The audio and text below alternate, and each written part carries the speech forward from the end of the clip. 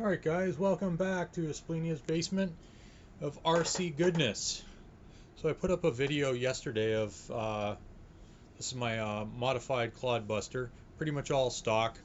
The bathtub frame's been cut out just to give it a little bit more ground clearance and stuff. And I've had that on my channel before, so take a look at that. But yeah, I just kind of wanted to go over what I did on the body. The chassis is still the same. Let's get it in focus here. The chassis is still the same, but I just kind of wanted to go over the body. The reason why I really like this body is the fact that I wanted to make it look like a vintage 80s monster truck.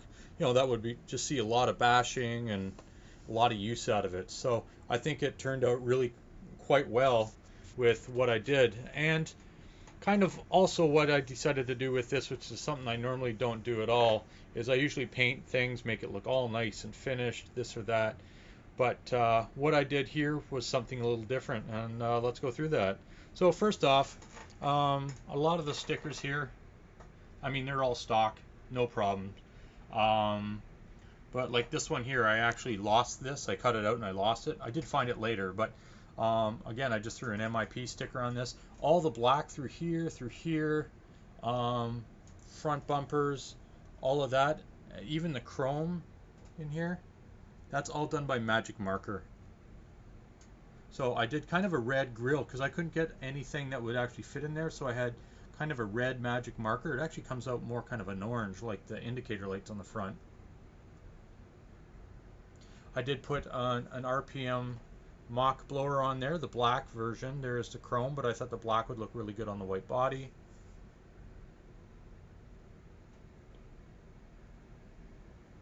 I did actually paint this front push bar and then the back roll cage just because the marker was looking like crap.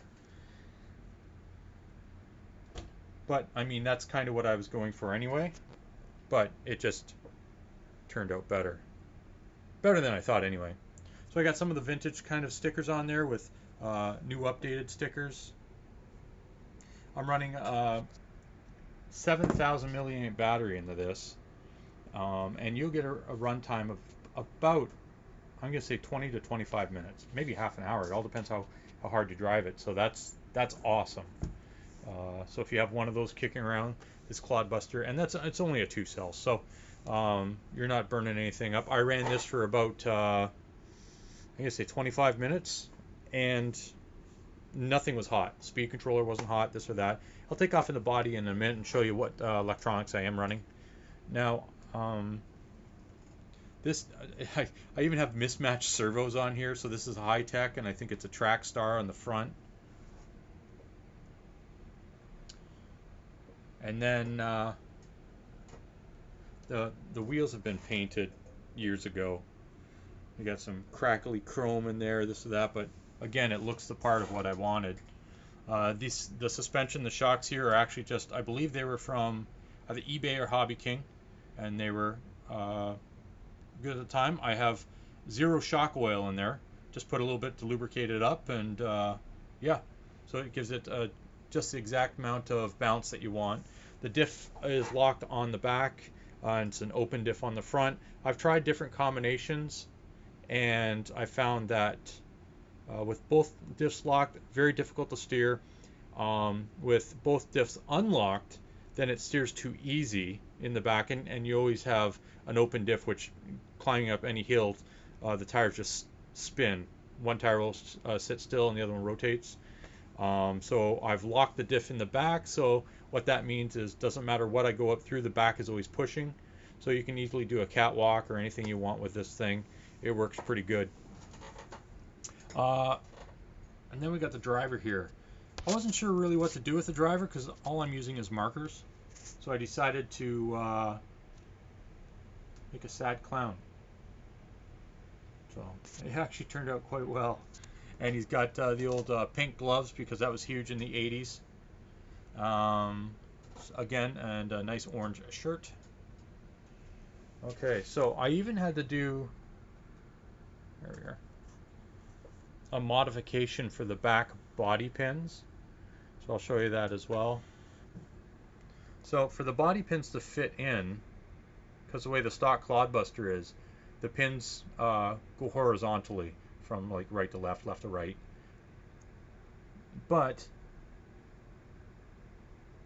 is it horizontal or vertical? No, horizontal. Yeah, I got it.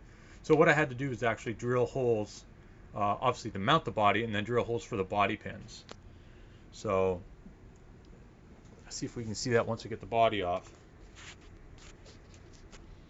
Okay, so, and these little guys are hard to get, so just excuse me for one moment. It's gonna go black.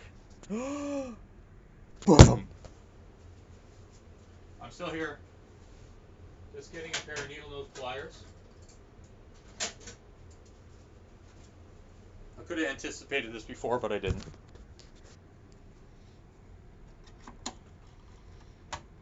So these are definitely a tight fit. I also had to straighten out the body pin as well, so.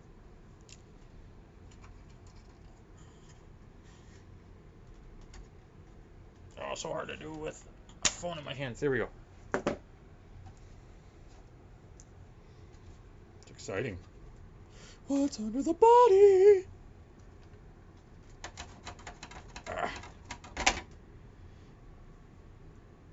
So when you take a look here, you can see where I've, sorry. Hey!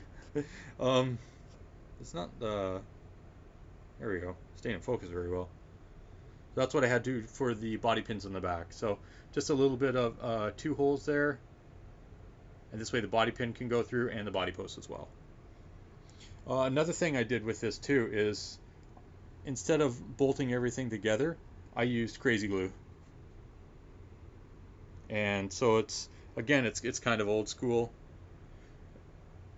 I usually take really good care of my bodies and stuff like that, but this one was just fun to absolutely just do whatever I wanted. Okay, so now to the chassis. Again, if you've watched my channel, you've seen this before, but let's take a look again. So this does have the bathtub chassis, but what I did is I cut out all the bottom parts here, so the bottom floor of the bathtub chassis. I cut all that out, and all that out. I then did make braces, so right here, and then right here in the back. So those are actually aluminum L brackets. So the idea of cutting down the bathtub frame itself, or the chassis itself, is to give more clearance for the front end. And let's sit down here for a second. So yeah, so when you see the servo there, zoom in, get it. So yeah, when the servo moves up and down, it would actually hit the what am I talking about? The bathtub style frame. So it actually hit that. So now with it being the way it is, it's hard to kind of show, but let's see if I can get it here. This is a really crummy video, sorry guys. But now it doesn't hit anything. You can see where the chassis would have been, and it has no problem clearing that. So I did that on the front and rear, and I think that really made a big difference on how it handles as well. I also modified my tires, so it's in one of my other videos as well. So basically just taking a drill, drilling some holes in, and it makes it nice and soft. I've had these taped off before, so they're waterproof and everything else. These particular wheels are glued on right now, so for all the stuff that's inside, I can't really get it out, but that's okay.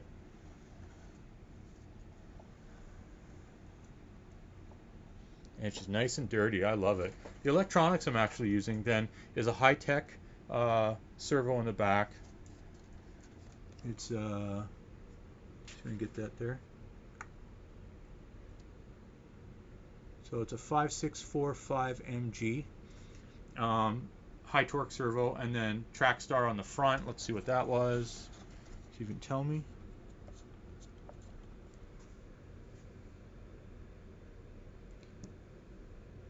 TS400 MG. So that's their thing. Anyway, high torque. They work really well, and it keeps these wheels steering at all times. So then the other thing that let's move over here so we can see the proper light.